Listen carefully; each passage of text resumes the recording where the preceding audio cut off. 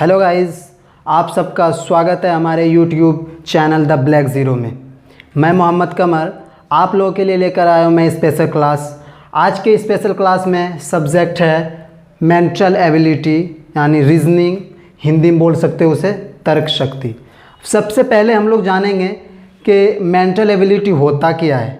ऐसे तो mental ability दिख रहा है मतलब माइंड के एबिलिटी, माइंड की क्या एबिलिटी है वो देखा जाता है, बट इनका डिफिनेशन जानते हैं हम लोग। What is the reasoning, what is the mental ability, किसे कहते हैं तर्क शक्ति, वो सब पहले हम लोगों को जानना होगा। उनके बाद जो है हम लोग आगे बढ़ेंगे, कौन सा चैप्टर किस चैप्टर के बारे में डिस्कस करेंगे, राइट। तो चलिए, तर्क शक्ति मेंटल एबिलिटी किसको कहते हैं, रीजनिंग किसको कहते हैं। सबसे पहले इंग्लिश में, उसके बाद हिंदी में। The process of thinking about something and making judgment or decision is called mental ability और reasoning। इनको हिंदी में देखिए आप। जिस बात के विषय में सोच विचार के साथ राय बनाने या फैसला लेने की प्रक्रिया को तर्क शक्ति कहते हैं। ये है इनका हिंदी में डिफिनेशन, ये है इनका इंग्लिश में डिफिनेशन। तो चलिए, हम लोगों ने डिफिनेशन से अभी देखा हम लोगों ने कि मेंटल एबिलिटी किसको कहते हैं। अब हम लोगों को एग्जाम्पल से देखना है। एग्जाम्पल, इनका बेस्ट एग्जाम्पल ये होगा, आप लोगों ने बचपन में पढ़ा होगा अकबर और बीरबल की कहानियाँ, ठीक है। अकबर और बीरबल की कहानियों को, तो एक अकबर क्या किए थे कि अकबर एक लाइन को ड्रॉ किए, ठीक है, और बीरबल को कहा गया कि इसको बिना काटे बिना छाटे इसको जो है छोटा करके दिखो। तो उन्होंने क्या किया, इनके जगह पर एक लाइन को ड्रॉ कर दिया, इनसे बड़े लाइन को, ना इसको काटना पड़ा ना और कुछ करना पड़ा, और ये छोटा हो गया। तो इसी प्रेजेंस ऑफ माइंड को हम लोग क्या कहते हैं, मेंटल एबिलिटी। मतलब माइंड के एबिलिटी को ये दिखाता है, शो करता है, राइट। चलिए, तो मेंटल एबिलिटी के डिफिनेशन और एग्जाम्पल को ध्यान में रखते हुए हम लोग अब मेंटल एबिलिटी के चैप्टर की ओर चलते हैं। और वो चैप्टर कौन सा है, चैप्टर है cube and dice. Cube and dice. अब सोच रहे हो क्यूब क्या होता है, डाइस क्या होता है। क्यूब घन होता है, dice is the best example of cube. मतलब डाइस, अब डाइस क्यों कहते हैं वो भी प्रॉब्लम होती होगी। आप लोगों ने खेला होगा ना लूडो, उनका जो स्ट्राइगर होता है ना, उन्हीं को बोलते हैं हम लोग डाइस। और डाइस बिल्कुल घन के जैसा होता है, ठीक है। तो इसीलिए इस चैप्टर का नाम क्या है, क्यूब एंड डाइस। अब उनके बारे में हम लोग डिस्कस करेंगे हम लोग। चलिए, तो इनमें सबसे पहले देखना है मेरे को, वो देखना है कॉर्नर। तो कॉर्नर टोटल होता है 8। हिंदी भी नाम है इनका। कॉर्नर का हिंदी होता है कॉर्न। इंग्लिश में कहीं किसी बुक में वर्टेक्स लिखा हुआ रहता है। टोटल 8 होता है, ठीक है। और एज जो होता है, एज मतलब होता है किनारा। ये भी किसी किसी बुक में लिखा हुआ रहेगा साइड। टोटल 12 होता है। और आपका सरफेस जो होता है, सरफेस को हिंदी में कहते हैं हम लोग सतह। ये टोटल होता है 6। ये तो आप लोगों ने ऐसे देख ले, देखिए टोटल कॉर्नर तो शो कर रहा है कि टोटल 8 कॉर्नर होगा, कर रहा है ना। और एज कितना होगा, एक ये हुआ, एक ये हुआ, एक ये हुआ, 4 आगे 4 पीछे, और आपका 2 होगा आपका साइड में। आपको एग्जांपल से दिखाते हैं हम। देखिए ये है ना, कॉर्नर तो दिख रहा है, 1 2 3 4 5 6 7 8। चलिए अब एज की ओर चलते हैं। इधर हुआ 4, इधर हुआ 4, 4 4 8 हुआ। अब ये तो हमारा जुट गया इसमें, इसलिए ये 2 वाले के लिए, एक इधर एक इधर एक इधर एक इधर, तो कितना हो गया, इधर हुआ 4 और 8 4 12। तो टोटल एज कितना हुआ हमारा 12। और सरफेस कितना होगा 6। देखिए एक इधर एक इधर एक इधर एक इधर एक इधर एक इधर, समझ में आई बात। तो टोटल सरफेस जो है हमारा 6 है। और कोर देखा जाता है तो कोर तो बीच में होता है, जिसको हम लोग सेंट्राइड भी बोलते हैं। तो कोर तो एक ही होगा, किसी भी चीज का भाई कोर तो एक ही होता है। चलिए, तो ये जो आप लोगों ने देखा, ये हुआ आपका क्लोज क्यूब। क्लोज मतलब बंद क्यूब। बंद क्यूब में हम इनको प्रैक्टिकली देख नहीं सकते। जैसे मैं बताऊं कि आप इनको तो देख लिया, कॉर्नर को तो देख लिया, एज को अच्छे से देख नहीं पाए, इसलिए और इनका कॉन्सेप्ट आपका होगा क्लियर ये होगा आपका कब, जब आप ओपन क्यूब पढ़ोगे। तो ये हमारा क्या था, क्लोज क्यूब। क्लोज क्यूब में बस हम लोग इतना जान सकते हैं, इतना सरफेस होता है, इतना एज होता है, इतना कॉर्नर होता है। अब हम लोगों को जानना है ओपन क्यूब में, तो मैं इनको इरेज करता हूँ और मैं, चलिए तो अब हम लोग चलते हैं ओपन क्यूब की ओर। पहले हम लोगों ने क्लोज क्यूब देखा, अब हम लोगों ने ओपन क्यूब देखेंगे। चलिए, ओपन क्यूब का फिगर ऐसा बनता है।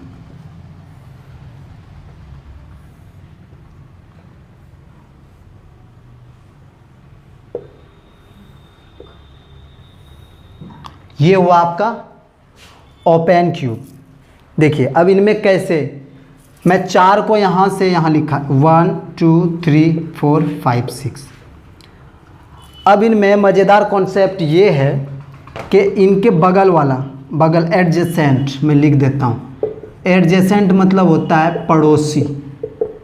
इनको वैसे तो इंग्लिश इसका जनरली होता है नेबर, बट यहाँ इनको मैथ्स में और रीजनिंग में क्या बोलते हैं, एडजेसेंट। एडजेसेंट मतलब बगल वाले को।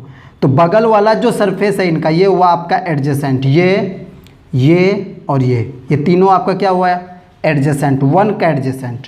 और ये 3 क्या हुआ, इनका ऑपोजिट हुआ। 3 अल्टरनेट में जो आता है ना वो ऑपोजिट होता है, और 2 का ऑपोजिट 4, और यहाँ 5 का ऑपोजिट 6। समझ में आई बात? नहीं समझ में आई बात? चलिए मैं फिर से बताता हूँ, नो प्रॉब्लम। फिर से मैं इनको इरेज करके बताता हूँ, ये हुआ आपका ओपन क्यूब।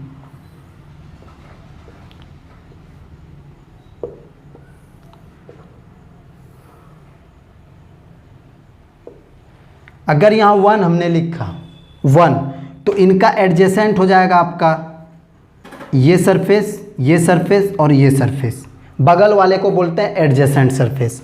और इनका ऑपोजिट जो हो गया आपका, ये अल्टरनेट में जो आता है, एक को छोड़ के एक, ये हो गया आपका क्या, आपका ऑपोजिट। अब इनका ऑपोजिट अगर यहाँ 2 लिखते हैं तो इनका ऑपोजिट एक छोड़ के एक, और इनका एडजेसेंट क्या हो गया, ये वाला हो गया एडजेसेंट, और ये वाला हो गया एडजेसेंट, और ये वाला हो गया एडजेसेंट। ठीक है, यहाँ तक क्लियर है। चलिए तो हम लोग अब क्या पढ़ते हैं कि हम लोग अब देखते हैं कि कॉर्नर जो है, ज्वाइंट जो होता है, कॉर्नर कितने साइड से होता है ज्वाइंट। देखिए तो यहाँ से देखिए 1 2 3, तो आप लिखेंगे कॉर्नर ज्वाइंट विथ 3 सरफेस। ये इंपॉर्टेंट पॉइंट हुआ आपका, कॉर्नर ज्वाइंट विथ 3 सरफेस। अब देखिए एज, अब देखना है एज कितने सरफेस से ज्वाइंट रहता है। एज है ना, ये इनको एज बोलते हैं ना, आप इनको ही एज बोलते हैं ना। देखिए आप किसी भी एंगल से 2 सरफेस से होगा, एक इधर, यहाँ से देखिए एक इधर, या यहाँ से देखिए एक इधर। तो क्या लिखेंगे यहाँ हम कि एज ज्वाइंट विथ 2 सरफेस। ये आपका इम्पोर्टेंट पॉइंट है, इनको नोट करना बहुत ज़रूरी है, इसी से सारा क्वेश्चन आपका बनेगा। इम्पोर्टेंट पॉइंट ये आपको करना बहुत ज़रूरी है। तो चलिए हम लोगों ने अभी क्या पढ़ा, ओपन क्यूब। अब ओपन क्यूब पे कुछ क्वेश्चन करते हैं हम लोग। ये ओपन क्यूब का फिगर आपको एग्जाम में ऐसा दे देगा, ठीक है। अब इनको बोलेगा कि ऑपोजिट ऑफ 5 क्या होगा। हम क्या बोले कि ये यहाँ से लेके यहाँ तक इनका क्या होता है, ऑपोजिट होता है। ऑपोजिट इनका ये 5 वाला हुआ, 5 से 6 ऑपोजिट अल्टरनेट में, और 1 का ऑपोजिट क्या हो जाएगा, 3 हो जाएगा, 2 का ऑपोजिट 4 हो जाएगा। तो ये पूछा हमको क्या है कि ऑपोजिट ऑफ 5, तो ऑपोजिट ऑफ 5 क्या हो जाएगा, 6 हो जाएगा। चलिए और क्या पूछा है, एडजेसेंट ऑफ 2 का एडजेसेंट क्या होगा, 2 का पड़ोसी क्या होगा। तो 2 का पड़ोसी आपका ये हुआ, ठीक है, और ये हुआ और ये हुआ। तो क्या आंसर होगा 5 6 3। इसका एडजेसेंट क्या होगा 5 6 3। और क्या पूछा, ऑपोजिट ऑफ 1 का ऑपोजिट अल्टरनेट में आइए यहाँ 3, ऑपोजिट ऑफ 1 इक्वल टू 3। चलिए देखिए ये नोट पॉइंट है, किसी भी क्यूब में या डाइस में 3 सरफेस होते हैं। 3 सरफेस जो आपको दिखता है जनरली, देखिए एक टॉप दिखेगा आपको, ये वाली एक टॉप दिखेगा आपको, लेफ्ट दिखेगा और फ्रंट दिखेगा। टॉप दिखेगा तो बॉटम नहीं दिखेगा। टॉप का मतलब ऊपर वाला हिस्सा और बॉटम का मतलब उससे नीचे वाला हिस्सा, ठीक है। अगर बॉटम दिखा तो टॉप ना दिखेगा, टॉप दिखा तो बॉटम नहीं दिखेगा, लेफ्ट दिखा तो राइट नहीं दिखेगा और फ्रंट दिखा तो बैक नहीं दिखेगा। आप किसी भी डाइस को अपने हाथ में लीजिएगा, डाइस मतलब के लूडो के स्ट्राइगर को, तो आपको अगर फ्रंट दिखेगा तो बैक नहीं दिखेगा और अगर राइट दिखा तो लेफ्ट नहीं दिखेगा और अगर आपका टॉप दिखा तो बॉटम नहीं दिखेगा, ठीक है। तो अब ये बताओ इनमें इम्पोर्टेंट पॉइंट क्या है कि अगर हम डाइस का एक ये बनाएं, फिगर बनाएं, ठीक है,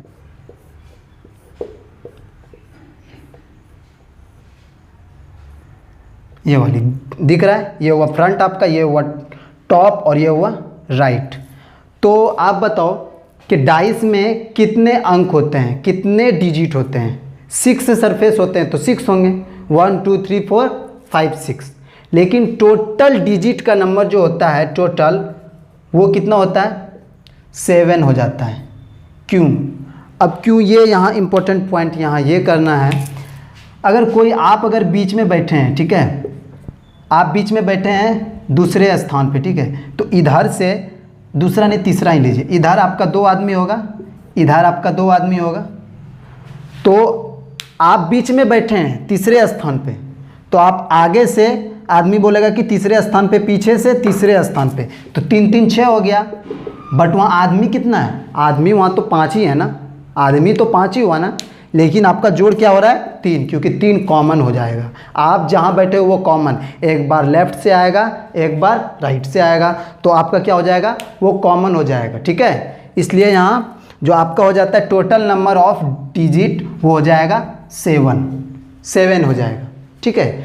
तो अब बताओ अगर यहाँ हमारा 2 दिखा तो मैंने क्या बताया कि टॉप दिखेगा तो बॉटम नहीं दिखेगा और टोटल नंबर ऑफ डिजिट आपका कितना होगा?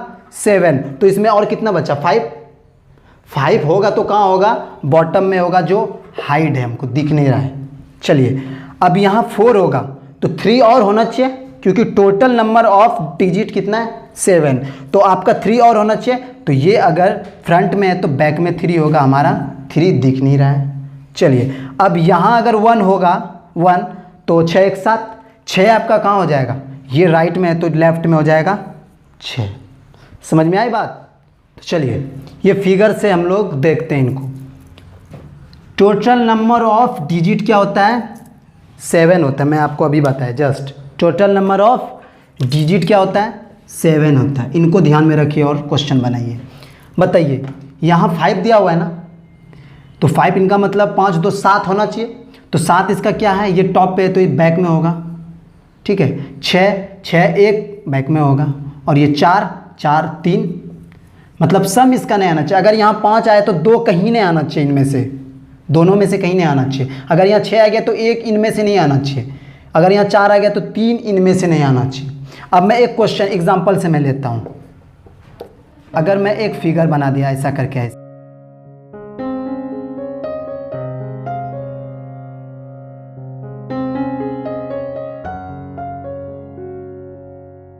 Which of the following number is correct? Which of the following is correct मतलब इनमें से चारों में से कौन सा करेक्ट है? मैंने क्या बोला? टोटल नंबर ऑफ डिजिट 7 होता है। देखिए इनमें क्या बोले? 3 अगर यहाँ आया तो 3 जोड़ 4 7, तो 4 हाइड होना चाहिए, 4 यहाँ आ गया, इनका मतलब ये गलत है। चलिए उनके बाद यहाँ देखते हैं 5 5 2 7, 2 इन जगह हमको दिखना नहीं चाहिए, 2 हाइड होना चाहिए, तो ये भी नहीं होगा। चलिए ये देखिए 4 है यहाँ तो 3 हमको दिखना नहीं चाहिए और 3 यहाँ दिख रहा है, ये भी गलत है। यहाँ देखिए 6 है ना, 1 दिख नहीं रहा है, सही है। चलिए 5 2 दिख नहीं रहा है, 2 खत्म। 3 4 7 5 2 7 6 2 8, जो जोड़ के आए वो दिख नहीं रहा है, वही तो ऑप्शन सही होगा आपका। तो ये ऑप्शन सही हुआ, राइट है। समझ में आ गया? क्यों? क्योंकि आप किसी भी डाइस में अगर देखोगे आपको क्या क्या दिखेगा? टॉप और आपको दिखेगा राइट, और आपको क्या दिखेगा? टॉप राइट और फ्रंट दिखेगा।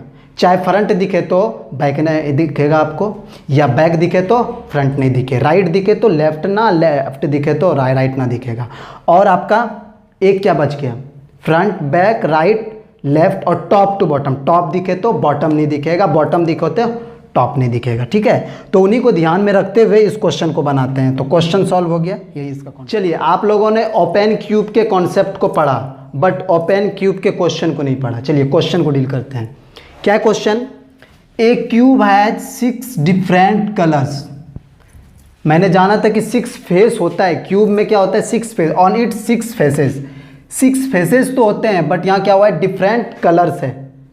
सारे के सारे फेस में क्या है? डिफरेंट कलर है। चलिए, अब red is not adjacent to green. अब पहले इनका आप लोग फिगर बनाओ। पहले फिगर बनाया हमने, यही ना फिगर? ओपन क्यूब का फिगर यही है ना, भूलना नहीं है। ओपन क्यूब का ये फिगर है। अब ये क्या बोला? Red is not adjacent to green, मतलब रेड जो है ग्रीन का पड़ोसी नहीं है। अगर ग्रीन का पड़ोसी नहीं है तो ऑपोजिट होगा वो।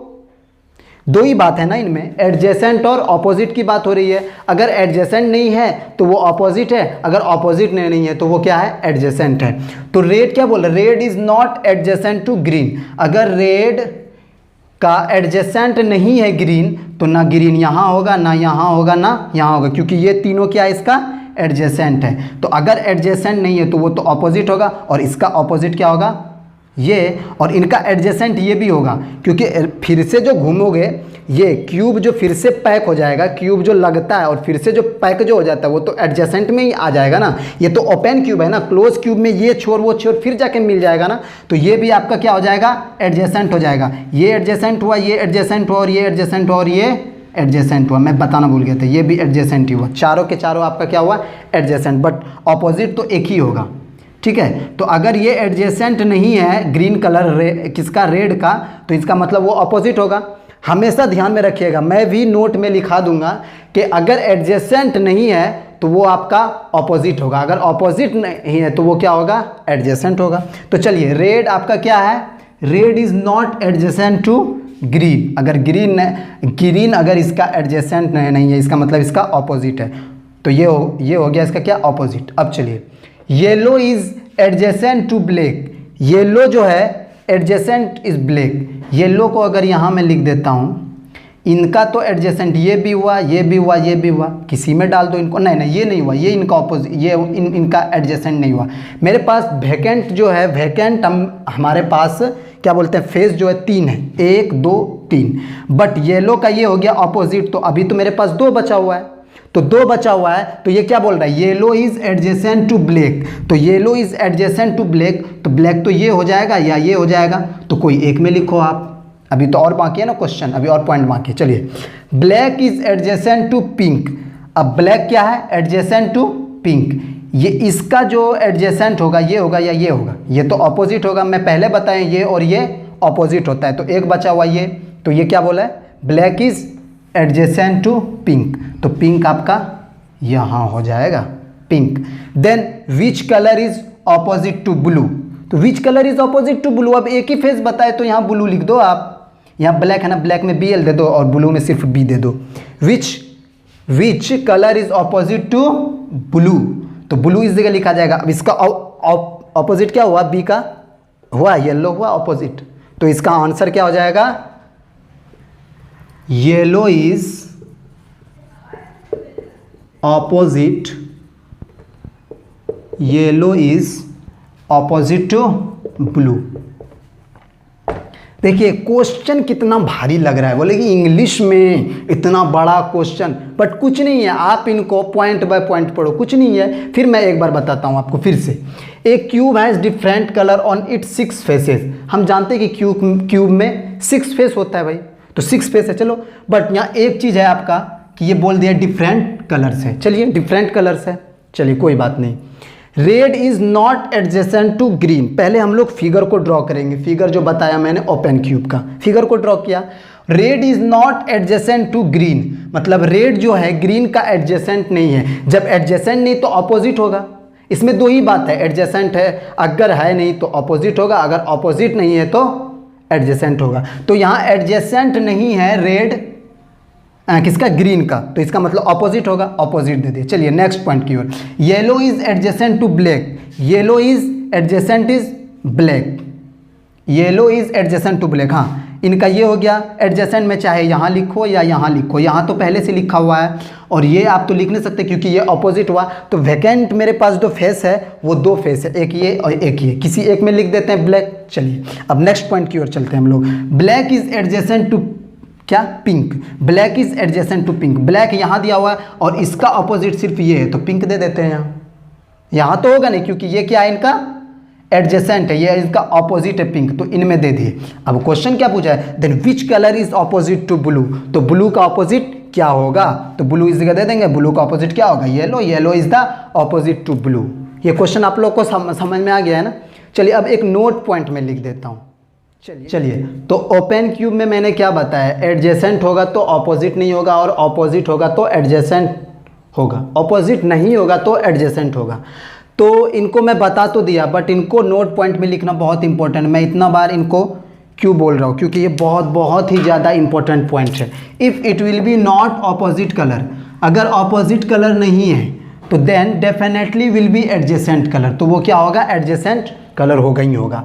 If it will be not adjacent colour, अगर एडजेसेंट कलर नहीं है तो वो then definitely will be opposite colour. इनको आप लोग नोट पॉइंट, अगर आपको इंग्लिश में नहीं होता हिंदी में, क्योंकि कोई भी इंपॉर्टेंट चीज़ को अपने भाषा में लिख के आप लोग भी याद कर सकते हो, क्योंकि ये बहुत ज़्यादा ही इंपॉर्टेंट है, राइट। तो आज के लिए बस इतना ही। ये था हमारा स्पेशल संडे का क्लास था, स्पेशल। आई होप आप लोगों ने बहुत ही इंजॉय किया होगा। और ये था मेंटल एबिलिटी। मेंटल एबिलिटी क्या होता है कि मेंटल एबिलिटी ये कोई मतलब कि ना बोलें कि मेरे को आता नहीं है, मेरा मैथ सही नहीं है, मेरा ये सही नहीं है, इनको किसी से मतलब नहीं, इनके चैप्टर को भी किसी से कोई मतलब नहीं है। मेंटल एबिलिटी कोई भी पढ़ सकता है, ठीक है। ये इंजॉय वाला सब्जेक्ट है, इसलिए इनको इंजॉय लेके पढ़िए हफ्ते में 1 दिन, और मेरे साथ जुड़े रहिए और द ब्लैक ज़ीरो देखते रहिए। चलिए जय।